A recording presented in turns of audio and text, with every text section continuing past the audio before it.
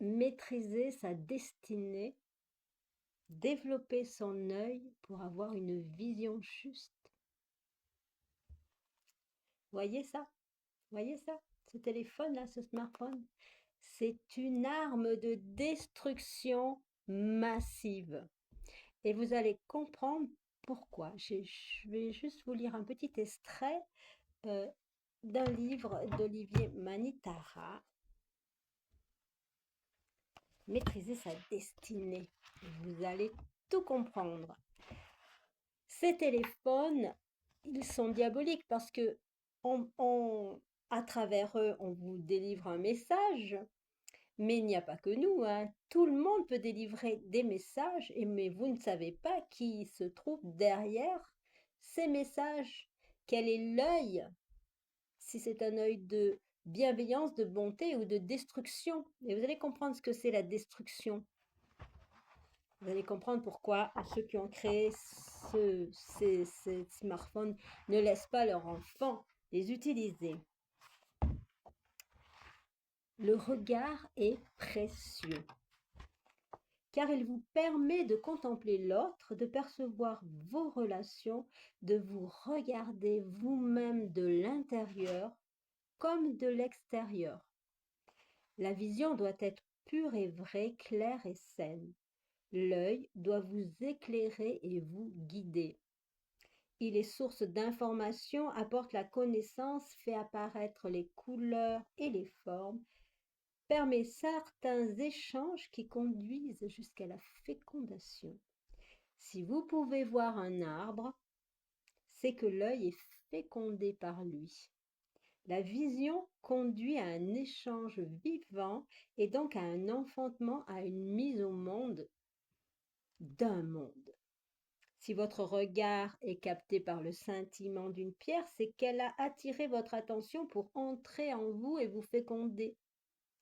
Que vous en soyez conscient ou pas. Quelque chose s'est passé entre vous et elle et maintenant cela vit en vous et dans le monde. L'œil est un grand mystère pour vous et c'est pourquoi votre corps doit être stable et pur pour porter et accueillir la lumière de l'œil. Votre œil doit être ce qu'il est fondamentalement vierge et neutre. Votre œil est parfait parce qu'il est sans jugement. Il montre les choses telles qu'elles sont. Il ne déforme rien et apporte l'information telle qu'elle. C'est celui qui est derrière l'œil qui bien souvent apporte un jugement, une vision chargée de concepts, une intelligence particulière, orientée vers telle ou telle affinité du monde. Celui qui est derrière l'œil est une intelligence qui vit dans un monde subtil et qui utilise cet organe et le corps tout entier de l'homme pour placer la vision dans un certain monde.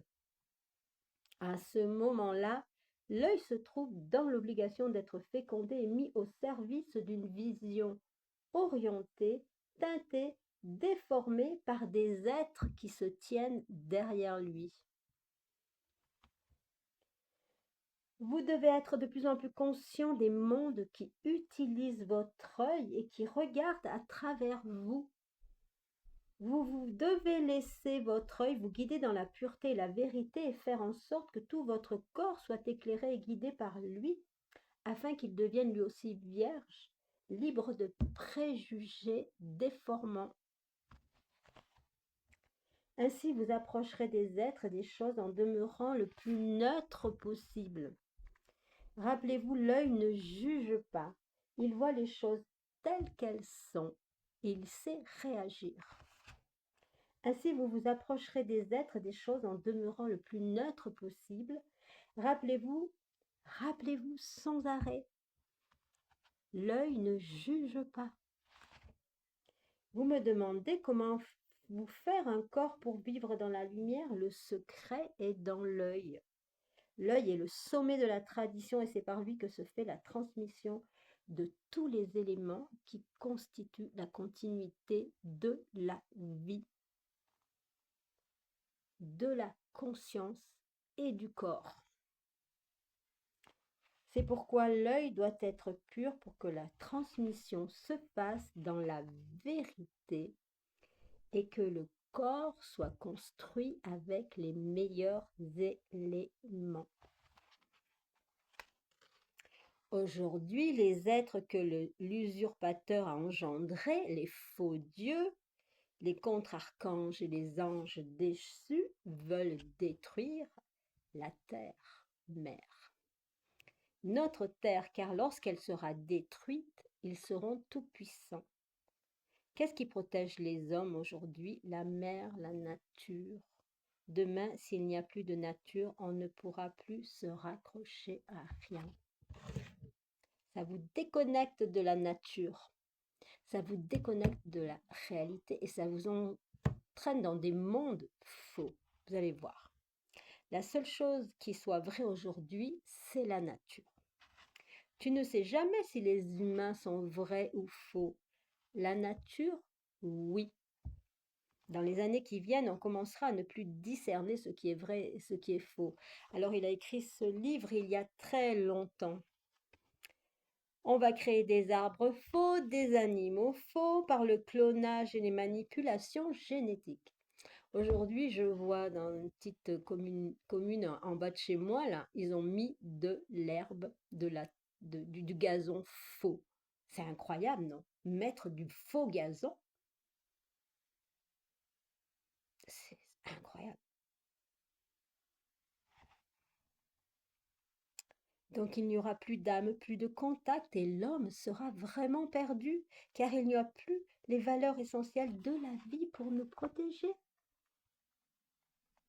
Nous sommes maintenant à la frontière des mondes. Nous sommes dans une époque de grandes décisions. C'est pourquoi on parle tant de l'écologie. Malheureusement, le concept de l'écologie est détourné des vraies valeurs.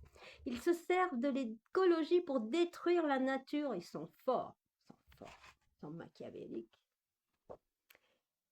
Les êtres déchus ont pris l'idée de l'écologie et ils se sont cachés derrière. Ils disent écologie et tout le monde accepte leur idée parce que c'est ce dont on a besoin, mais derrière ce concept, il n'y a rien que des apparences et des mots creux. Ils endorment les êtres en mettant des pansements, en leur faisant croire qu'ils font de bonnes choses, mais jamais en révélant le cœur des questions. Ces êtres déchus sont puissants, car les hommes leur ont donné la puissance. Si les hommes ne leur avaient pas donné la puissance, ils ne l'auraient pas. Maintenant, il faut une formation intégrale de l'homme, un discernement pour contrer ce monde. Il nous faut aujourd'hui une autre vision et une plus grande clarté. Il faut tout nettoyer. Il faut retourner vers la mer, vers les mondes supérieurs d'une façon tout à fait claire et saine. Nous devons développer un nouveau savoir, une nouvelle maîtrise de notre vie que nous acquérons par la maîtrise de notre regard. Le corps doit être le porteur stable et le serviteur de l'œil. Il doit être neutre et vierge. Il est un instrument qui doit être fidèle pour permettre à l'œil et à l'intelligence qui est derrière de se manifester et d'agir. Si l'intelligence lui dit d'aller à droite ou à gauche, il s'exécute. Il permet de contenir des énergies, de les contourner ou de les rayonner, d'être efficace et de se manifester sur la terre. Ce corps est constitué, votre corps, mon corps est constitué d'organes, de fonctions dont l'origine n'est pas physique. Vous pouvez lire le livre d'Annick de Souzenel, La symbolique du corps humain, c'est le top. La question, alors votre être essentiel n'est pas visible, il se tient dans d'autres mondes. La question est de savoir si l'intelligence qui est derrière l'œil et les différents organes est le bon ou le mauvais maître. L'œil est le guide car il est l'organe de la lumière et de la transmission. C'est lui qui éclaire le monde et le féconde. Vous devez savoir quels sont les mondes qui vous fécondent. Qu'est-ce que vous regardez sur vos écrans que vous ne pouvez même pas vous en empêcher de regarder. Moi, je l'ai vécu, donc je peux vous en parler. Vous devez savoir quels sont les mondes qui vous fécondent, vous animent et vivent à travers vous et à l'intérieur de vous. Parce qu'une fois que vous les avez vus, ils sont rentrés en vous. Et des fois, vous voyez des choses que vous ne devez pas voir parce que vous n'êtes pas capable de les voir, de les supporter, de les vivre et qu'ils vont vous hanter. Ça, c'est moi qui ai rajouté. Alors, il n'est pas question de dire qu'il y a des mondes positifs et négatifs, de dire qu'il y a, mais plutôt de savoir avec qui vous voulez vivre, ce que vous voulez vivre, avec qui vous voulez vous associer pour écrire votre destinée, votre futur, quelle tradition vous voulez servir, quel but vous voulez atteindre, quel monde vous voulez léguer aux générations futures. C'est à vous de le savoir. Le reste n'a pas d'importance. Si vous n'avez pas ce savoir, rien n'est possible pour vous. Mais si vous l'avez, vous pouvez encore décider et faire autrement, écrire une autre page. La télévision, les écrans. La télévision, cela fait depuis les années 60 qu'elle nous féconde, qu'elle nous oriente, qu'elle nous conditionne, hein. Moi, je me rappelle quand j'étais petite, on disait, oh, mais c'est vu à la télé, donc c'est vrai. Mais comme on a été endoctrinés, mais c'est incroyable. Aujourd'hui, nous ouvrons les yeux, mais nous n'ouvrons pas tant les yeux que ça, puisque nous sommes sur nos smartphones. Il faut se reconnecter à la nature, à la lumière qui est dans la réalité de votre quotidien, dans votre vie quotidienne, pas derrière des écrans. Vous pouvez aller sur les écrans, mais vous donnez un temps, un petit temps, vous vous autorisez, vous vous permettez ce temps et vous discernez, vous triez ce que vous allez regarder et ingérer et manger. Alors, je continue. Aujourd'hui, vous êtes bien souvent plongé dans la faiblesse. Je suis plongée dans la faiblesse. Je le vois tous les jours. Que l'homme soit faible n'est pas un problème, mais à ce point, c'est vraiment dangereux. Vous êtes arrivé à un taux de faiblesse dépassant les 90% et bientôt, vous ne pourrez même plus réagir. Tout sera perdu. Il est demandé à celles et à ceux qui ont su garder une certaine attitude intérieure de s'unir pour pouvoir réaliser les œuvres et reconstruire le corps et les organes. L'union fait la force. Donc je vais arrêter là, je vous ferai d'autres extraits. Il faut savoir avec qui vous vous unissez. C'est très important. Ce que vous regardez, ça va rentrer en vous et ça va orienter votre regard. Et si votre regard est orienté, plus il est orienté vers ce qui vous détruit, et plus vous allez être détruit sans le savoir. Alors, je vous souhaite de prendre conscience de cet œil intérieur et de savoir qui regarde à travers vous, qui vous incite à regarder certaines vidéos, certaines choses, qui vous incite à accuser, à juger les autres, qui vous incite à parler des autres sans arrêt, à essayer de vous mettre en eux pour savoir ce qu'ils vivent, ce qu'ils comprennent et tout. Mais restez connecté à vous et voyez qui à travers vous regarde, qui regarde à travers toi.